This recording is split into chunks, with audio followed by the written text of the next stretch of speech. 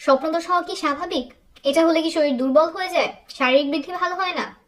এই ভিডিওতে স্বপ্নদোষ নিয়ে এমন অনেকগুলো কমন প্রশ্নের উত্তর দেওয়ার চেষ্টা করব। প্রথমে আমরা এক কথায় বুঝে নেই যে স্বপ্নদোষ বলতে কি বুঝি।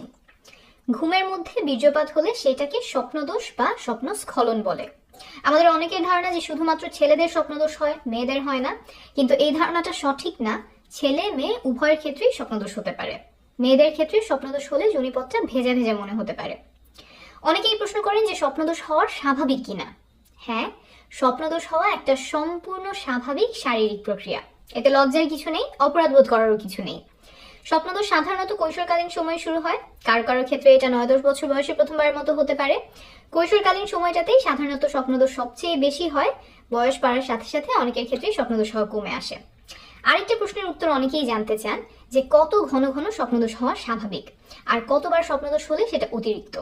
এর কোনো বাধা ধরার নিয়ম নেই। কারো ক্ষেত্রে দেখা যায় যে সপ্তাহে 2বার হয়, অনেকের ক্ষেত্রে মাসে হয়তো একদিন, আবার কিছু মানুষের ক্ষেত্রে সারা জীবনে একবারও স্বপ্নদোষ হয় না। এর কোনোটাই অস্বাভাবিক নয়। অনেকের মাঝে এমন কিছু ধারণা প্রচলিত আছে যে ঘন ঘন স্বপ্নদোষ হলে শরীর দুর্বল হয়ে যায়, শক্তি চলে যায়, শারীরিক বৃদ্ধি ভালো হয় না। আবার কেউ কেউ এটাকে অসুস্থতা মনে করেন। কিন্তু এইসব ধারণার পক্ষে কোনো বৈজ্ঞানিক ভিত্তি নেই। স্বপ্নদোষের কারণে শরীর দুর্বল হয় না, ভেঙে পড়ে না, শারীরিক কোনো বৃদ্ধি বাধাগ্রস্ত হয় না, এটা কোনো অসুস্থতাও নয়। একটু আগেই বলেছি যে এটা সম্পূর্ণ স্বাভাবিক একটা শারীরিক প্রক্রিয়া। কৈশোরকালে শরীরে যে স্বাভাবিক পরিবর্তনগুলো দেখা যায় তার মধ্যে এইটাও একটা স্বাভাবিক পরিবর্তন। এটা দুশ্চিন্তা করার মতো কিচ্ছু না। তবে আপনি যদি স্বপ্নদোষ নিয়ে দুশ্চিন্তায় থাকেন, তাহলে একজন মানসিক স্বাস্থ্য বিশেষজ্ঞের পরামর্শ নিতে পারেন।